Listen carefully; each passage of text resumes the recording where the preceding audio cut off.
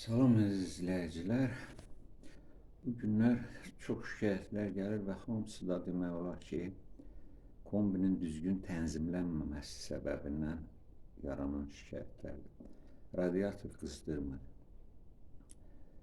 Vəziyyət nədir?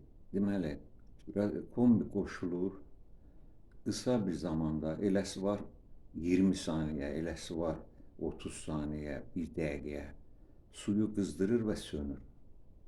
Niyə? Çünki az güc tələb eləyən bir mənzilə çox böyük, güclü kombi qoyulubdur və bunun özü də heç arzu olunmaz bir şey deyil, ziyana işləyir.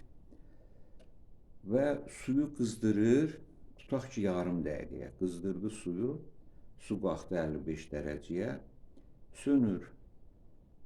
Amma sunun temperaturu 55'dir də, o gedib radiatorun qabırğalarını qızdırınca, metala istilik keçincə müəyyən bir vaxt lazımdır. O vaxt yoxdur.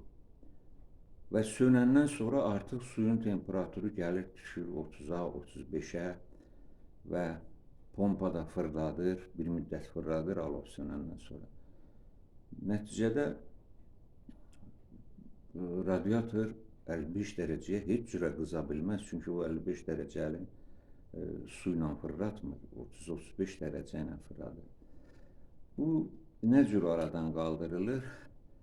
Ən rahatı odur ki, bir çox kombilərdə onu proqramla tənzimləmək olur. Proqramla işləmə vaxtını və istirahət vaxtını təyin edirsiniz və bu məsələ həll olunub çıxıb gedir. O proqram olmayanda isə xeyli çətindir.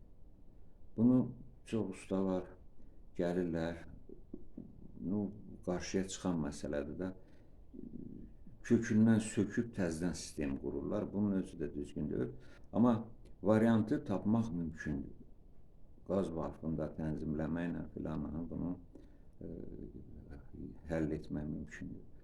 Əgər onunla da həll olunmasa, son variant kimi artıq nəsə əlavələr eləmək olar sistemə. Sağ olun, sağlıqla qalın, bunu demək istəyirdim.